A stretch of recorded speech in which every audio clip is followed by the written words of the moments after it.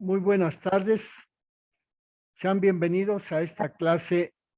de la historia de la Mariología según el profesor de Fiores, en donde estamos leyendo el tema del profesor que lleva por título María Síntesis de Valores. Estamos ya en el siglo XXI con el tema de la Mariología narrativa. Y dice el profesor que para llevar adelante este tema de la Mariología narrativa, es necesario volver a leer lo que ha explicado Paul Ricoeur para abordar con el efecto adecuado lo que es la teología narrativa y dentro de esta teología narrativa, la mariología narrativa. De modo que la cosa más importante de esta mariología es lo que se ha vivenciado, es decir, la propia experiencia de fe en relación con la Virgen Santísima,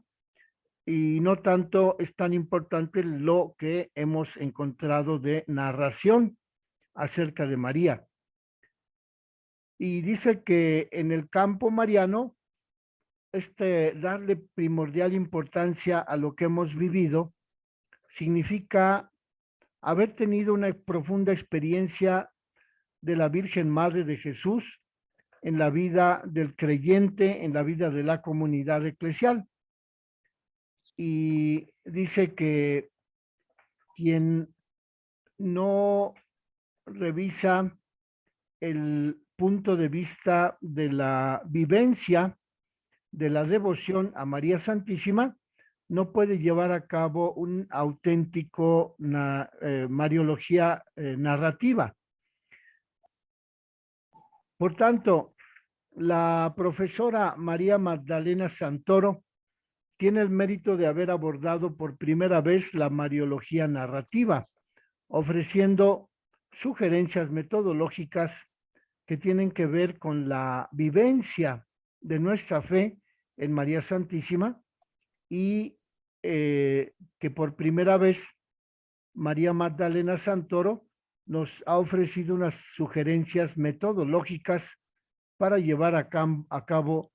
este tema de la mariología narrativa. En el tema número 2, el profesor de Fiores aborda María, una persona de la que hay que narrar. En este título dice de Fiores que también ya se publicó un artículo por la María Magdalena Santoro. Esa obra se publicó en Efemérides Mariana del 2002 con el título María, una persona da narrare. Y en este artículo, María Magdalena Santoro reanuda sus reflexiones y vuelve a afirmar que la mariología narrativa debe llevar adelante la reflexión que comenzó Paul Ricoeur y María Magdalena Santoro se explica acerca de las personas, se explica acerca de la identidad de la Virgen y de la manifestación de esa persona, de esa identidad en la narración de la mariología narrativa. Dice de Fiores que según el punto de vista de Magdalena Santoro, la persona es el centro de una actitud caracterizada por el criterio de el empeño con que se responde a la creatividad de una situación de difícil comprensión, y que la identidad de la mariología narrativa viene dada por la interioridad que cada uno de los creyentes logra alcanzar en su relación con la Virgen Santísima, pero también la identidad está ligada a la alteridad. Si no es del otro, no es de sí mismo, y a la vez, si no es de sí mismo, tampoco es del otro. y por eso dice Magdalena Santoro que hay que esforzarse en descentrarme en el otro para hacer el movimiento más difícil, que consiste en amar también a los enemigos. Y por ello Magdalena Santoro propone un orden de valores que se realice para todos los seres humanos, en quienes el alejamiento del mal no constituya un sistema, sino que de la crisis que surge de enfrentar el mal se haga surgir la paz, la justicia y los valores del Evangelio. Y por ello, Magdalena Santoro dice que la reflexión personalista, es decir, la reflexión que se refiere a la persona, en este caso de la Virgen Santísima, y de la reflexión que se refiere a la persona del creyente, indica que la narración es una revelación de sí mismo y a la vez es una implicación del sujeto que reflexiona con el sujeto acerca de quien se reflexiona. Por consiguiente, la narración no puede entenderse solamente como un método que transforme una metodología, sino que la narración debe entenderse como un medio a través del cual se obtiene la narración, y también dentro de la narración debe encontrarse lo que ha sido narrado y la experiencia que ha vivido o ha vivenciado el oyente que se pone a reflexionar sobre la persona de la Virgen Santísima. Y dice el profesor de Fiores que hay que volver a decir lo que significa María para el creyente, y por ello, mediante la reflexión de aquello que el creyente cree de la Virgen, aquello que el creyente experimenta de la Virgen, y la convicción de haber tenido una experiencia de la vida de la Virgen en la propia persona, se puede llevar a cabo el camino de la teología, de la mariología narrativa, entendida como mediación a través de la cual se llega al descubrimiento de la identidad de una persona o de un grupo. En este caso, la persona que reflexiona acerca de la Santísima Virgen María, o acerca del grupo que reflexiona acerca de María Santísima. Y dice De Fiores que Magdalena Santoro propone narrar la historia de la Virgen María uniendo los episodios que encontramos relatados en los evangelios y tomando en consideración la vida de los que han reflexionado acerca de la Virgen y de las instituciones que han tenido algo que ver con la Virgen. En este caso, el pueblo de Israel, y en este caso también la Iglesia. Y por ello, el conjunto de datos que se refieren en la mariología narrativa, cuando se trata de poner en claro la identidad de la Virgen María, dice el profesor De Fiores que Magdalena Santoro propone dar en esa narrativa, en esa mariología narrativa, proponer el carácter reconocible de la Virgen Santísima en los diversos episodios de su vida y el carácter consciente de aquel que está reflexionando acerca de la Virgen Santísima. Y así hay una implicación tanto de lo que se narra como de lo que se experimenta de la presencia de María a través de la narración. Y que por ello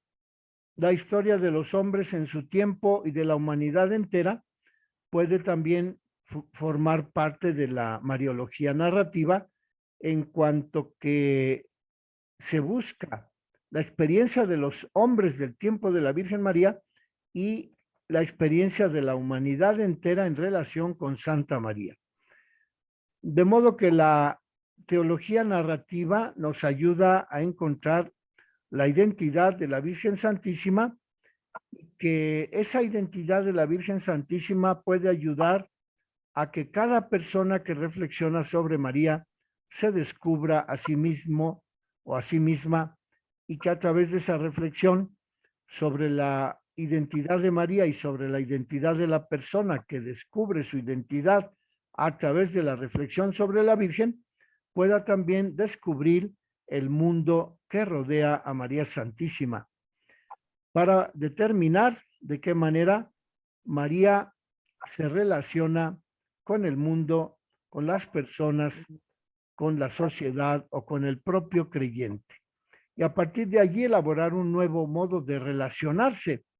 del creyente con la Virgen María. Dice pues de Fiores que pueden proponerse 3 núcleos de narraciones. Dice que el primero son los episodios de la infancia de Jesús. El segundo núcleo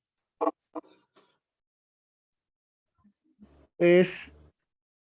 el de la vida pública de Jesús, y el tercer núcleo es el de los relatos que hablan de la muerte de Jesús, y determinar en cada uno de estos niveles, núcleos de narración, un episodio central que ilumine la persona de la Virgen María. Por ello, propone que de los episodios de la infancia se puede hablar de la Anunciación, y propone que de los núcleos de narraciones de la vida pública de Jesús se puede proponer las bodas de Caná, y acerca de los núcleos de narración que siguen a la muerte de Jesús, pueden elegirse la presencia de María en el cenáculo junto con los apóstoles. Y así, cuando nos ponemos a reflexionar acerca del diálogo del ángel Gabriel con María Santísima, ella se manifiesta a sí misma,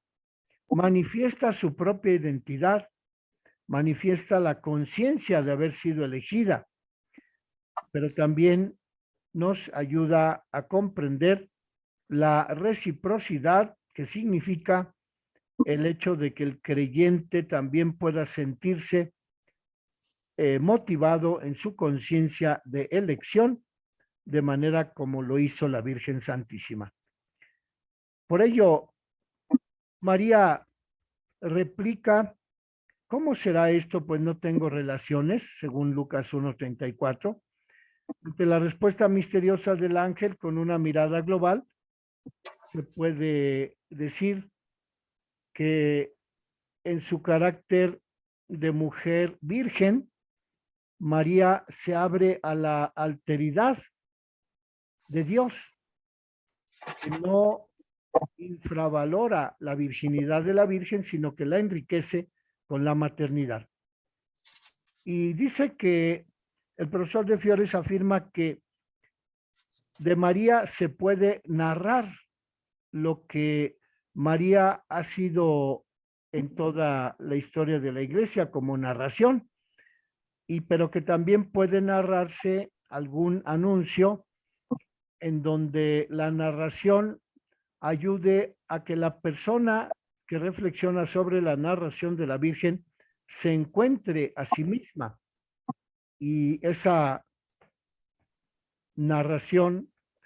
que le ayuda a un creyente a encontrarse a sí mismo, también puede ayudar a que la persona alcance su plenitud, y que los hombres contemporáneos también puedan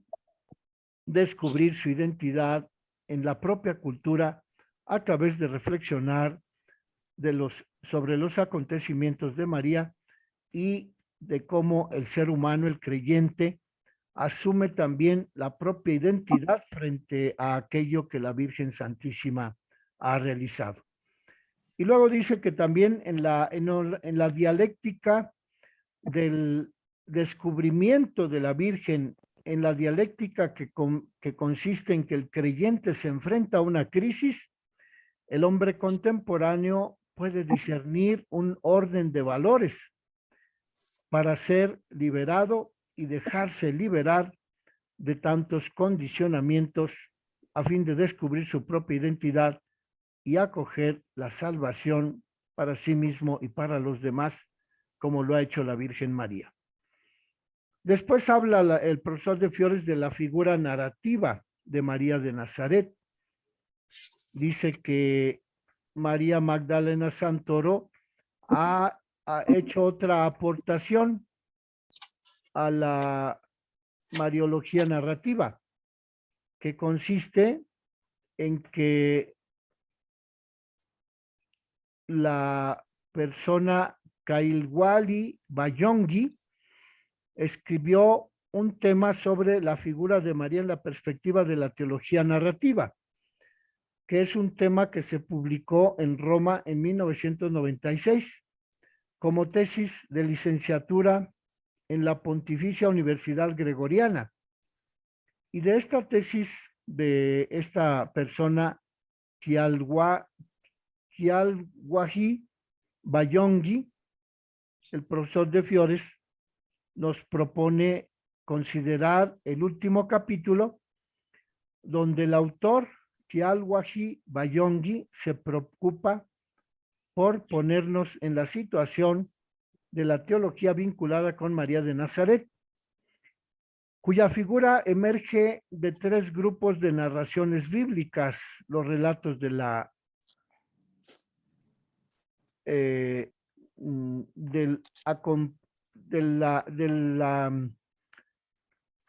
complacencia divina,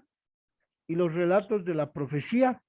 y los relatos de Jesús, y los relatos de la iglesia. De modo pues que el profesor de Fiores afirma que este autor, Kialwahi Bayongi, propone la intuición de ofrecernos la reflexión sobre el pasaje de la Lumen Gentium número 55, en donde María está situada en la historia de la salvación y se consigna en las escrituras como ligada a la tradición eclesial y al magisterio.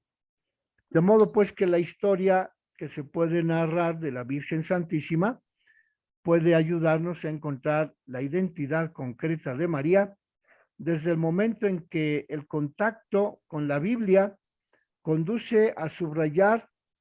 las situaciones vividas por la Virgen Santísima de Nazaret en los acontecimientos terrenos que ella experimentó. A partir de la escena de la Anunciación, en donde el ángel le anuncia a la Virgen que va a ser Madre de Dios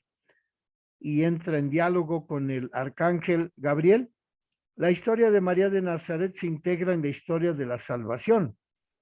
puesto que es una historia que tiene una dimensión eterna. El consentimiento gozoso que da María a la propuesta del ángel nos permite descubrir la apertura efectiva de Santa María al plan eterno de Dios, sobre todo cuando María dice: he aquí la esclava del Señor, hágase en mí según tu palabra. María se comprende como una síntesis de la historia divina y humana a la luz del misterio de la encarnación. El autor Bayongi se sirve del postulado de Karl Rahner sobre la identidad entre la Trinidad inmanente y la Trinidad económica.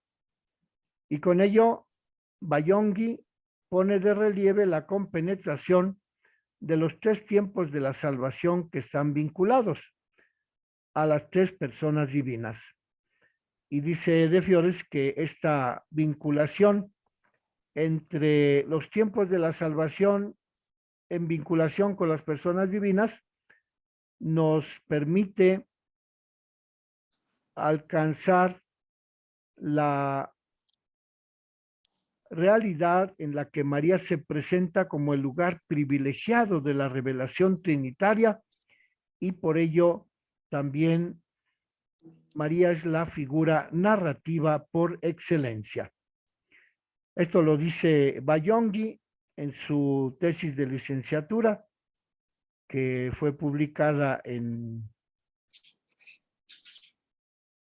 Roma, en la Universidad Gregoriana, en 1996, y que lleva por título La figura de María en la perspectiva de la teología narrativa. El enfoque, pues, de la figura narrativa de María vista como Madre de Dios es distinta de la historia natural y humana, porque María, al haber sido electa para ser Madre de Dios, desborda los límites de la historia humana. Y en la historia de María encontramos la historia en la cual Dios realiza un encuentro con los hombres, concretamente con María Santísima, y a través de ella, por medio de su Hijo, con todos los hombres de todas las naciones, de todas las razas. Por tanto, el encuentro de Dios con María en la tierra, en la Anunciación, hace que María se encuentre con Dios en el cielo en la Asunción. Y por ello la historia de María no debe restringirse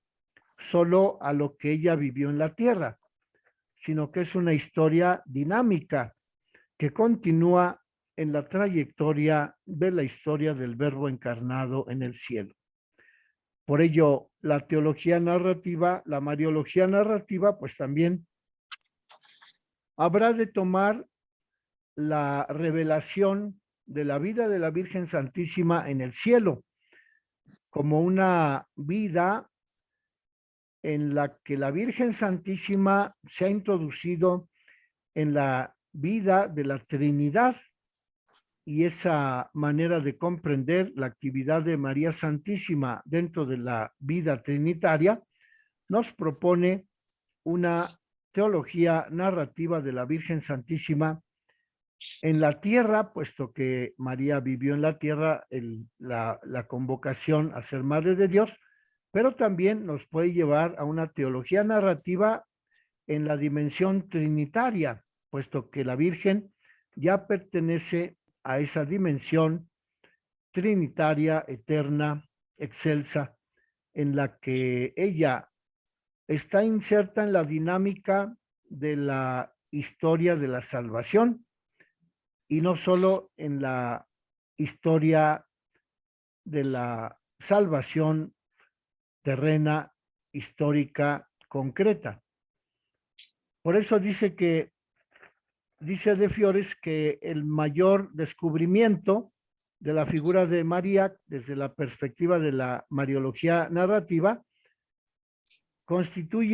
está constituida esa mayor perspectiva por los relatos de la adaptación y de la profecía, en donde Jesús y la Iglesia se consideran como los ámbitos en los que la Virgen Santísima ha sido integrada para formar parte de la historia de la Iglesia, para formar parte de esta teología narrativa que desborda los límites de la historia temporal de María. Y después habla el profesor De Fiores de la concordancia, de la aceptación que propuso la Virgen Santísima respecto de la propuesta de Dios por medio del arcángel el arcángel Gabriel, porque Ireneo, el padre de la iglesia, San Ireneo, nos propone dos nociones en las que podemos comprender de qué manera la Virgen Santísima forma parte de la teología narrativa de la Trinidad, tanto en la historia terrena de María como en la historia trinitaria de María. Y dice De Fiores que la noción que nos permite comprender el tema de la adecuación de María Santísima a la propuesta del ángel es lo que dice San Ireneo de la recapitulación, porque no hay oposición entre la noción de aceptación que tuvo la Virgen Santísima respecto del anuncio del ángel y la noción de recapitulación que nos propone San Ireneo. Y por ello, el profesor de Fiores dice que hay que poner una vinculación entre la aceptación que la Virgen Santísima le dio al ángel y la noción de la recapitulación como un medio de asegurarse de que la mariología narrativa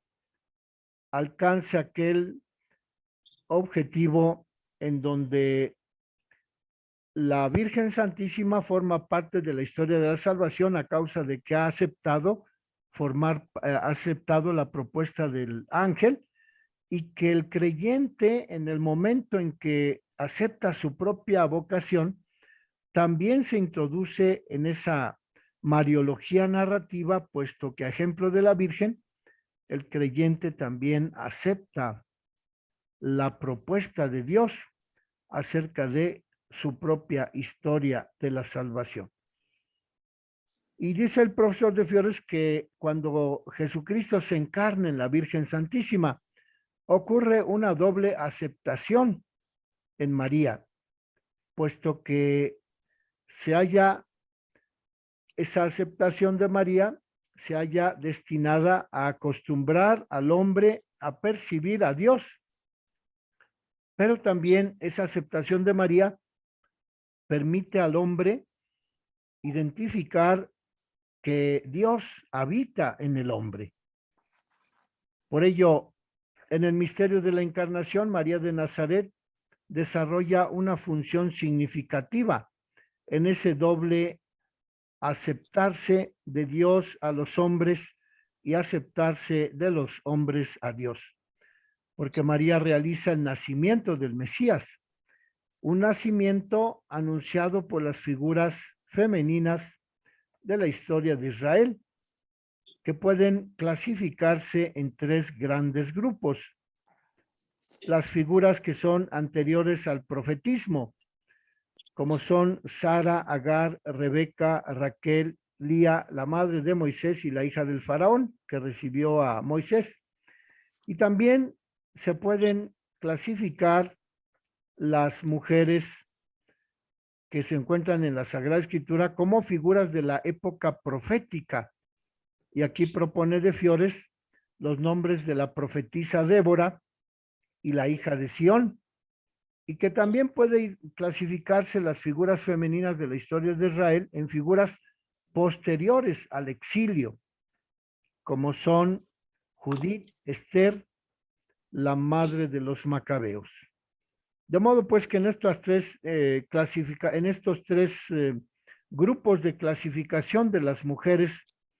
que se presentan en la Sagrada Escritura, se puede encontrar lo que María Santísima realizó al aceptar la voluntad divina, puesto que en ella se repite la aceptación de la naturaleza originaria del ser humano, en cuanto que se llama recapitulación de la Virgen Santísima como aquella que sustituye a Eva,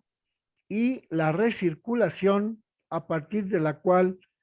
María Santísima vuelve a poner en funcionamiento la relación de Adán con Dios, por un lado, y por otro lado, la relación de María con Eva. Y así, la caída de Adán y Eva se puede relatar desde esta perspectiva de la mariología narrativa, si ponemos ese énfasis en lo que San Ireneo propone de la recirculación y de la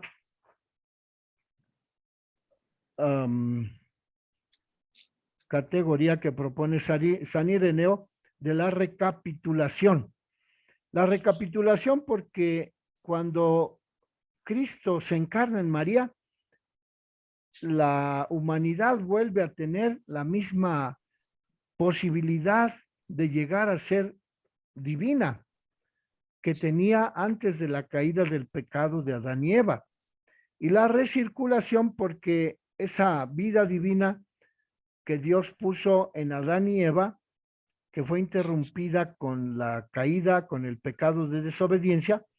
con María y con Jesús, con su obediencia de María y de Jesucristo, vuelven a poner en circulación la vida divina para todos los seres humanos. Y por eso dice De Fiores que en estos dos ámbitos de la recapitulación y de la recirculación propuestas por Ireneo, el padre de la Iglesia del siglo III, podemos elaborar la figura de la Mariología narrativa, puesto que allí encontramos de una manera eficaz lo que el creyente puede experimentar, puede volver a vivir de la gracia de Dios en relación con María de Nazaret, en relación con Jesucristo, como aquellos en los que la naturaleza humana recircula y la naturaleza humana vuelve a recapitularse con las prerrogativas que tenía antes de que Adán y Eva cayeran en el pecado. Y así María de Nazaret, madre de Jesús, se pone de relieve en los evangelios que hablan acerca de Jesús desde el punto de vista de la narración de la identidad de Jesucristo. Y así María llega a ser un punto de vista desde el cual se puede observar la gracia de Dios que a través de la Virgen Santísima se ha proyectado en toda la humanidad. Porque la hija escatológica de Sión, es decir, la madre del Mesías, que es también la morada de Dios, encuentra su actualización en la persona de María de Nazaret. María se revela como propagadora de la salvación en el milagro de Caná, en donde ella y Jesús son los actores principales. No son los actores principales los esposos de la boda. Y en donde Jesús se dirige a la Virgen llamándola mujer, el título que se volverá a presentar cuando Jesús se dirige a María desde la cruz para decirle, para informarle,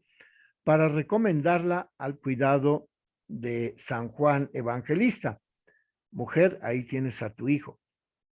Aunque sea poco usual encontrar en la antigüedad griega y latina que el hijo se dirige a su madre, sin embargo Jesús expresa la función mesiánica mediante esta distancia con respecto a la relación familiar precedente de madre e hijo. Ya no es la relación madre e hijo entre Jesús y María, sino ya es la relación de la hija de Sión con la función mesiánica que realiza la hija de Sión en la historia de la salvación. Porque la perspectiva de Jesús supera la maternidad familiar y en la perspectiva de la relación de María Santísima con Jesucristo en el misterio de la salvación, el término mujer remite a la figura de la hija de Sión. Y también cuando la Virgen Santísima dice, hagan lo que Él les diga, María propone su testamento espiritual en donde exhorta a que el creyente se realice como miembro del pueblo de Dios. En el relato de Caná se identifica también la referencia al relato de la cruz, porque tanto en Caná como en la cruz María está presente, y tanto en Caná como en la cruz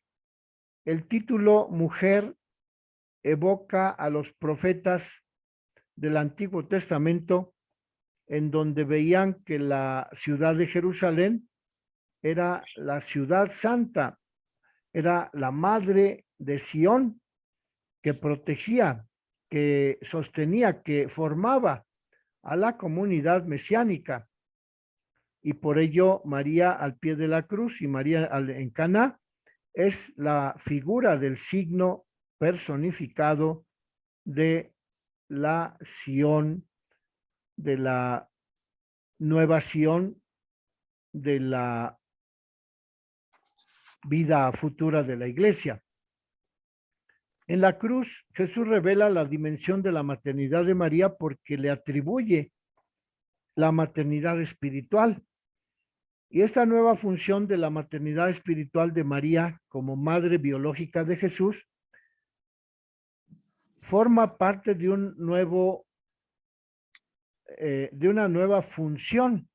en la economía de la salvación. Pero también esa dimensión espiritual de la maternidad de María indica que la primera tarea de los discípulos consiste en ser hijos de María. María y el discípulo amado por Jesucristo representan a la iglesia, en donde esa palabra de Jesús, mujer, ¿qué tenemos que ver tú y yo en este problema de que les falta vino? Mujer, ahí está tu hijo, son los términos por los cuales Jesucristo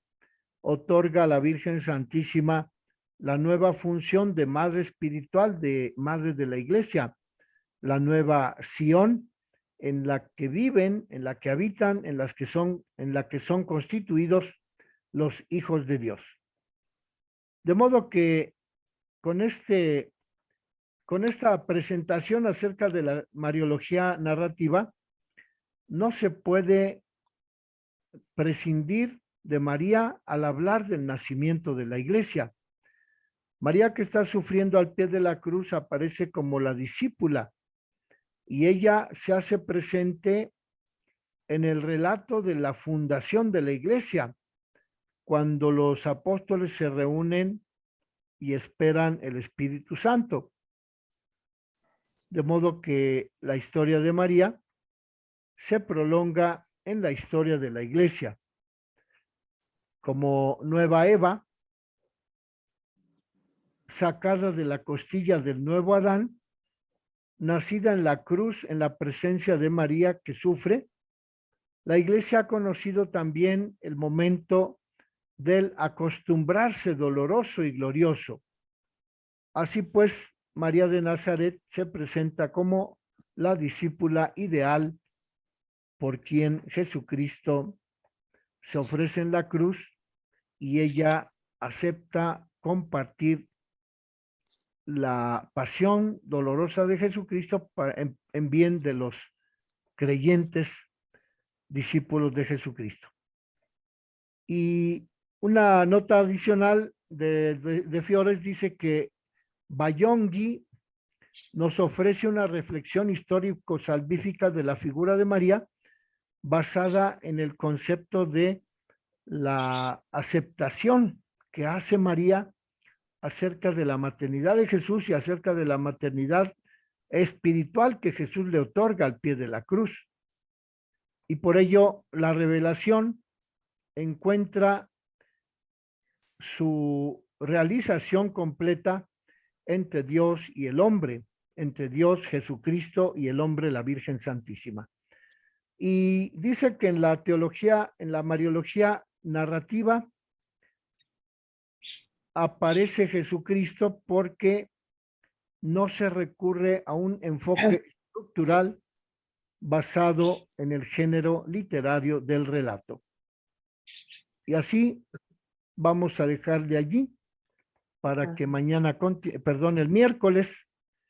continuemos con este relato, María de Nazaret en perspectiva narrante narrativa, que yo tengo en la página 477.